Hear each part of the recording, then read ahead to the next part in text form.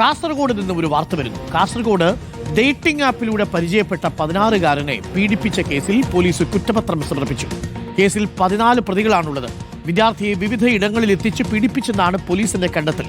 13 പ്രതികളെ police arrest ചെയ്തിരുന്നു. കേസിൽ പ്രതിയായ തൃക്കരിപ്പൂരിലെ പ്രാദേശിക യൂത്ത് ലീഗ് നേതാവ് സിറാജുദ്ദീൻ ഒളിവിൽ തുടരുകയാണ്. അരുൺ പൂപ്രമ്പയുണ്ട് കൂടുതൽ വിവരങ്ങളുമായി. Arun, good morning. അരുൺ, നമ്മളെയൊക്കെ നടുക്കിയ അസ്വസ്ഥപ്പെടുത്തിയ വാർത്തയാണ്. 16 വയസ്സുള്ള കുട്ടിയാണ്, 10ാം ക്ലാസ്സിൽ പഠിക്കുന്ന കുട്ടിയാണെന്നാണ് മനസ്സിലാക്കുന്നത്. +1 ആവുന്നതേ ഉള്ളൂ. ആ കുട്ടിയാണ് ഒരു ഡേറ്റിംഗ് ആപ്പിൽ പോയി തലവെച്ചു കൊടുത്തു. ആ കുട്ടിയെ പല സ്ഥലങ്ങളിൽ കൊണ്ടുവച്ച് ഇവർ പീഡിപ്പിച്ചു. ആ കേസിൽ ഇപ്പോൾ ഏറ്റവും പ്രധാനപ്പെട്ട വിവരം കുറ്റപത്രം സമർപ്പിച്ചു എന്നുള്ളതാണ്. ഇതിൽ ഒരു പ്രാദേശിക യൂത്ത് ലീഗ് നേതാവ് അടക്കമുണ്ട് എന്നാണ് മനസ്സിലാക്കുന്നത്. എന്താണ് അന്വേഷണ സംഘം പറയുന്നത്? കുറ്റപത്രത്തിൽ എന്തൊക്കെയാണ് സൂചിപ്പിച്ചിരിക്കുന്നത്? Arun Pooparamba, good morning.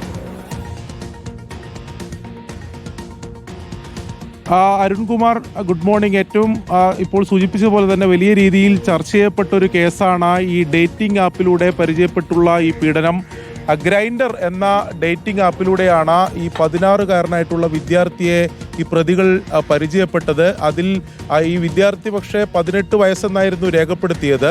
ആദ്യം ഈ ചന്ദേര പോലീസ് സ്റ്റേഷൻ പരിധിയിലെ ചില ആൾക്കാരാണ് ഈ ഡേറ്റിംഗ് ആപ്പിലൂടെ വിദ്യാർത്ഥിയെ പരിചയപ്പെട്ടത്. പിന്നീട് 3 ജില്ലകളിലായിട്ടുള്ള 14 പേർ ഈ വിദ്യാർത്ഥിയെ പലയിടങ്ങളിൽ എത്തിച്ച് ലൈംഗികമായി പീഡിപ്പിച്ചു എന്നതാണ് പോലീസിന്റെ അന്വേഷണത്തിൽ കണ്ടെത്തിയത്. അതിൽ കാസർഗോഡിന് പുറമെ കോഴിക്കോട്, കണ്ണൂർ ജില്ലകളിലുള്ള പ്രതികളുണ്ട്. ആകെ 14 കേസുകളാണ് രജിസ്റ്റർ ചെയ്തത്. അതിൽ വളരെ പ്രധാനപ്പെട്ട കാര്യം, ഈ യൂത്ത് ലീഗ് നേതാവ്, പ്രാദേശിക യൂത്ത് ലീഗ് നേതാവ് ഇപ്പോഴും ഒളിവിലാണ്.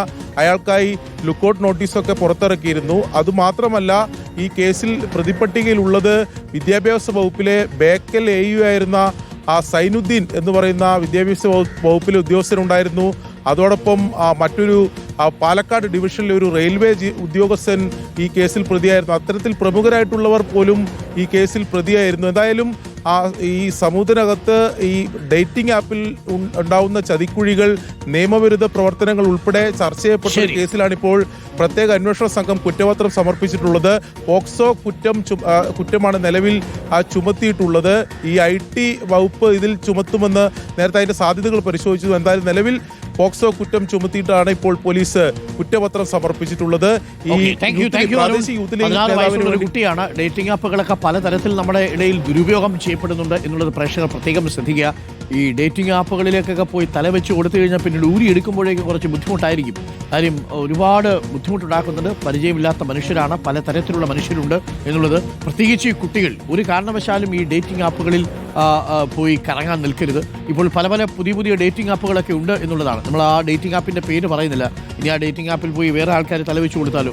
ഈ കുട്ടിയൊക്കെ അങ്ങനെ വന്നു കഴിഞ്ഞാൽ അവരെ അതിൽ നിന്ന് പിന്തിരിച്ചു വിടേണ്ടതിന് പകരം അവരെ ഉപയോഗിക്കുന്ന മനുഷ്യരാണ് നമ്മുടെ ചുറ്റുമുള്ളത്. അതൊക്കെ കേൾക്കുമ്പോൾ നമുക്ക് തന്നെ ഭയമാവുന്നു.